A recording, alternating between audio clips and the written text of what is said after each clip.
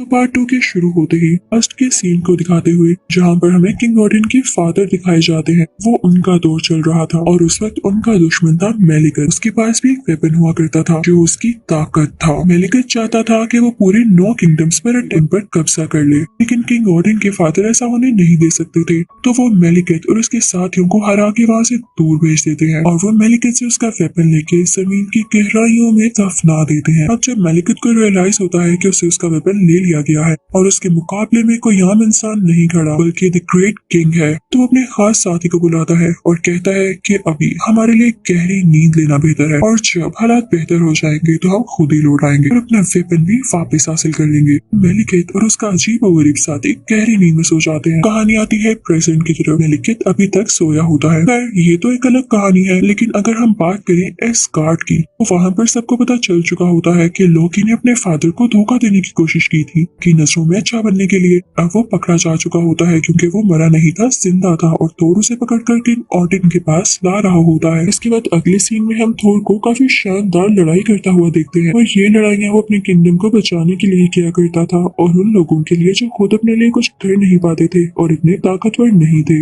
वो सब थोर से मदद मांगा करते थे और ये थोर की अच्छाई थी कि वो उनकी मदद कर भी दिया करता था। फिर थोर जाता है अपने फादर के पास और उनसे बातें करने लगता है। यहाँ हमें पता चलता है कि बाइफ्रोस्ट ब्रिज दोबारा से रिपेयर हो चुका है और अब वो बिल्कुल ठीक से काम भी करने लगा है। अब किंग ऑडिन थोर को बताते हैं कि बेटा जल्दी वो वक्त आने वाला है जब 9 के 9 किंगडम्स एक अलाइनमेंट में आ जाएंगे और जैसे वो इकट्ठे होंगे एक पोर्टल खुल जाएगा। और मेलिकत ने कहा था जब ऐसा टाइम आएगा तो वो भी लौट आएगा, तो तुम्हें होशियार रहना होगा। उधर जमीन पर हम जेन फॉस्टर और उसके असिस्टेंट को देखते हैं जो कि इसी टॉपिक पर बात कर रहे होते हैं कि क्या ऐसे पोर्टल्स वाकई होते हैं। तो उनको पता चलता है कि यहाँ पर एक अबेंडन बिल्डिंग है। हमें सस्पेंस होने लगता है कि यहाँ पे कोई क्यों नहीं जाता। चलो हम चलते हैं, लेकिन वहाँ पर जाना इनकी गलती होती है क्योंकि वहाँ पर कुछ ऐसे पोर्टल्स थे कि उसमें कोई भी ऑब्जेक्ट डाला जाए चाहे वो इंसान हो वो गायब हो जाता था, दुनिया के किसी दूसरे कोने में गिर जाता था। और जब जेन ऐसे पोर्टल को देख रही होती है तो वो भी पोर्टल के अंदर गिर जाती है और पता है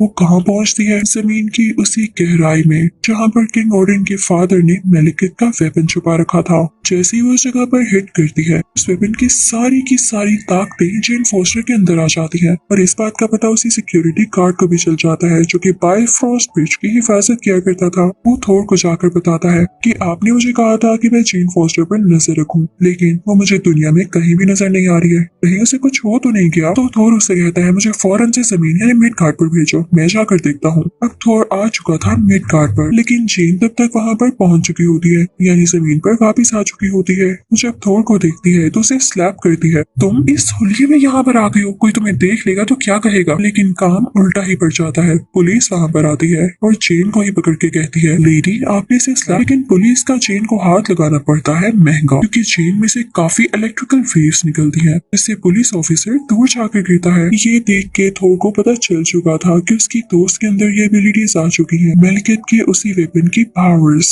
तो वो उसे अपने साथ एस्कॉर्ट ले आता है। किंग ऑडिन भी जब उसे देखते हैं तो उन्हें पता चल जाता है कि जेन के अंदर ये पावर्स हैं जो कि अच्छी नहीं है। वो बताते हैं कि मेलिकत अब जरूर लौटेगा, उसका वेपन अब जेन के साथ कनेक्टेड हो चुका है तो जेन की जान को भी खतरा है, इसका ख्याल रखना। और ऐसा ही होता है।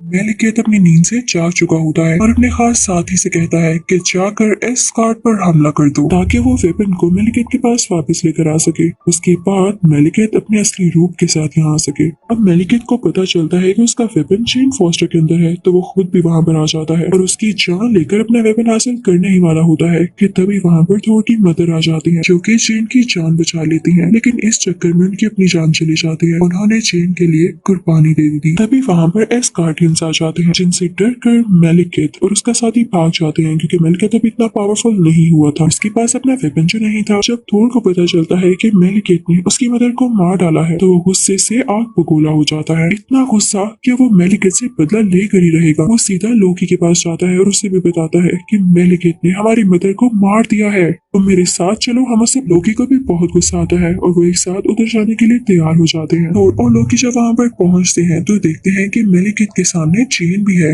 वो उसे अपना वेपन निकालने की कोशिश कर रहा है जिससे जेन की जान भी जा सकती थी। तो ये चीज थोर को काफी डरा देती है, लेकिन मेलिकित जल्द ही जेन के अंदर से अपना वेपन निकाल लेता है। थोर को बहुत गुस्सा आता है और वो अपनी थंडर पावर्स का यूज करते हुए इस वेपन को तोड़ने की कोशिश करता है, लेकिन ऐसा नहीं कर पाता। मेलिकित के पास अब उसका वेपन आ चुका था और वो और भी ज्यादा स्ट्रॉन्ग हो चुका था। मेलिकित अपनी स्पेसशिप लेके वहां से चला जाता है और कहता है कि मैं उस दिन यहाँ पर जरूर आऊंगा जब सब किंगडम्स एक साथ इकट्ठे हो जाएंगे। तभी हम देखते हैं कि मेलिकित का वही खास साथी लोकी को काफी जख्मी कर देता है। यहाँ पर उसने थोर के लिए कुर्बानी दी होती है, सेक्रीफाइस किया होता है कि मेलिकित का ये साथी उसे मार डाले और थोर यहाँ से चला जाए। अब जेन थोर को अपने साथ ले जाती है उसी पोर्टल के पास जिससे वो वापस दुनिया में जा सकते थे। वहाँ पर वो प्रोफेसर और अपनी असिस्टेंट से मिलती है। वहाँ पर प्रोफेसर बताते हैं कि अगर हम बिल्कुल सेंटर में चले जाएं, मेलिकित को पूरे 9 किंगडम्स पर कब्जा करने से रोक सकते हैं। अब ये सब लोग निकल पड़ते हैं उसी जगह पर जहाँ पर मेलिकित आने वाला था। के पास काफी अच्छे और एडवांस वेपन्स भी होते हैं कि मेलिकित का मुकाबला करने में कोई कसर बाकी न रहे। जल्दी वहाँ पर मेलिकित भी आ जाता है और तभी वहाँ एक और पोर्टल खुल जाता है जिसमें से होते हुए थोर और मेलिकित कहीं और आ जाते हैं। लेकिन थोर को तभी आइडिया मेलिकित का अपना स्पेसशिप मंगवाता है और मेलिकित पर दे मारता है जिससे उसकी डेथ हो जाती है। मेलिकित अब नहीं रहा था, जो बहुत बड़ा बन रहा था वो अब कहाँ गया। ये लड़ाई अब खत्म हो चुकी थी। फिर थोर अपने फादर किंग ऑर्डन के पास जाता है और उन्हें बताता है कि फादर, मैंने मेलिकित को मार डाला है। किंग ऑर्डन कहते हैं थोर, अब मैं तुम्हें किंग जरूर बनाऊंगा। थोर कहता है कि नहीं, मैं अभी भी आपकी तरह स्ट्रॉन्ग नहीं हुआ। तभी हम देखते हैं कि किंग ऑर्डन की जगह लोकी होता है। इसी के साथ पार्ट 2 यहीं पर खत्म होता है।